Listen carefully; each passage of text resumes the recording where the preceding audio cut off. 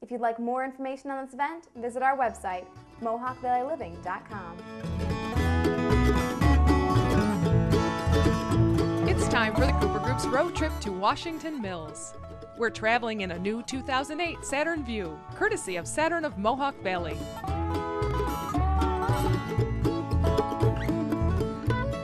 People who live in Washington Mills tell us that unless the village is your destination, very few people stumble upon it.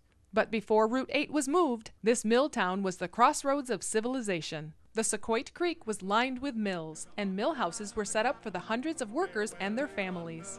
There were no official boundaries for Washington Mills. The hub of the community was the intersection of Kellogg Road and Oneida Street, much as it is today.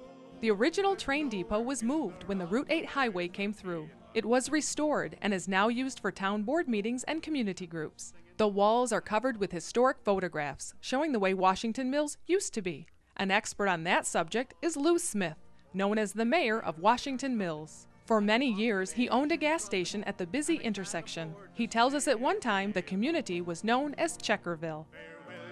Oh, Checkerville, yes.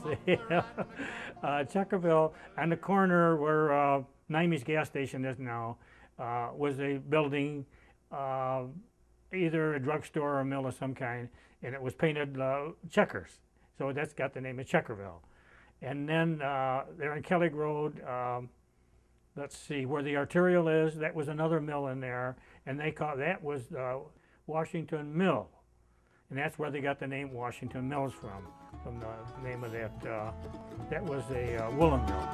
Earlier this year, Lou was honored with the Volunteer Firefighter Ironman Award. His knowledge of and service to the community has earned him the nickname of Mayor. Oh yeah, I'm the mayor of Washington Mills, yeah, that's a nickname, yeah. Louis Slugger, the mayor, plus a few other things, yeah. Lou's stories made us yearn for the simpler days, when people didn't seem to be in such a hurry. Nowadays, people are starting to realize the toll stress is taking on their health and wellness. Seven Petals Positive Transformation Center is an oasis of peace and harmony. Of course, Richard's job as host of the show is never stressful, but as a full-time attorney, he can sometimes feel the pressure. He was recommended hot stone massage, which melts away tension with heated river stones.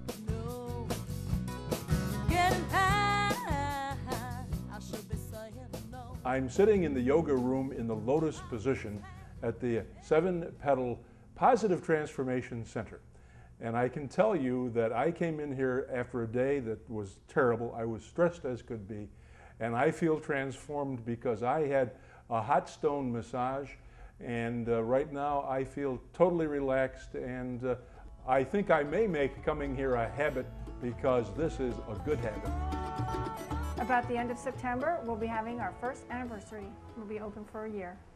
Their goal is to bring health and wellness to the masses, to everyone, and to make it available for anybody to come in here, get a massage, receive Reiki, take a yoga class, and create a practice of wellness in their lives. A lot of people do come to us who are like, what are you and what do you do? And I take them through a tour, much like I did with you, and explain some of the treatments. And some of the places to begin are Reiki, for instance, because Reiki is a fully clothed treatment that's not kneading into the muscles, it's just light touch, and it aligns the energy in your body for health and wellness. And so it's a very simple treatment that doesn't invade anybody's privacy, and it's a nice introductory treatment. And then yoga is a wonderful place to begin. Our classes here are all flowing movements. They're easy to do, and anybody at any level can do them. You just don't get it, do ya? Before I went to Seven Petals, I felt like this. But after I went there, I felt like this. And then I came to the gingerbread bake shop around the corner and felt really good.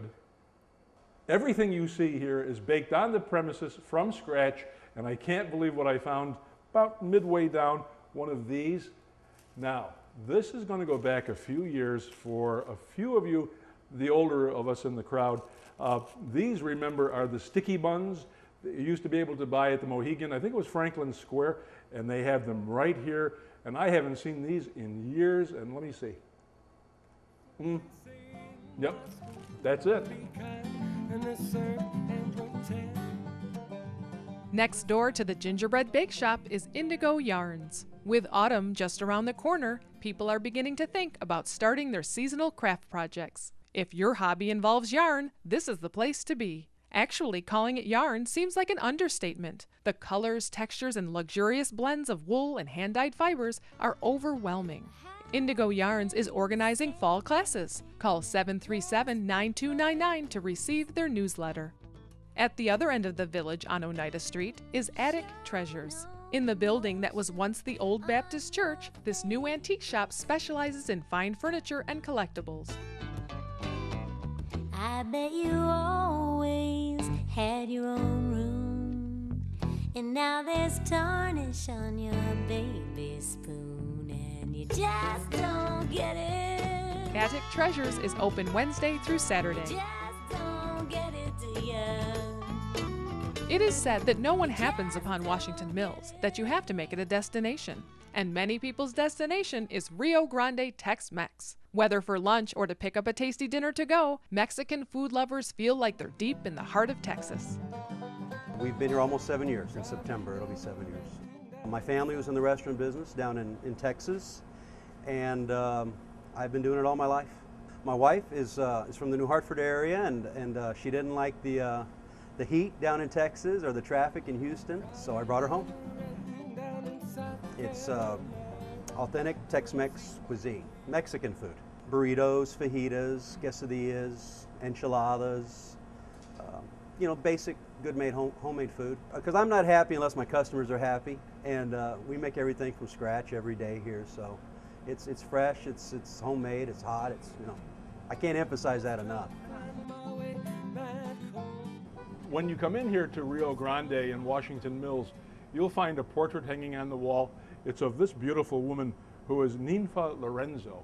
She is the one who really got this all started with Mexican recipes that were passed down to her son Gino, who is now here. And when you come in here, you're going to have a taste of Mexico, not just in the surroundings, but in food that is absolutely incredible. We had some burritos, and as a matter of fact, anybody who comes here this week, you buy one burrito, you get a second one for free. To see what we can see, traveling round the Mohawk Valley. Let's see what we can see. It's time for the Cooper Group's road trip. It's time.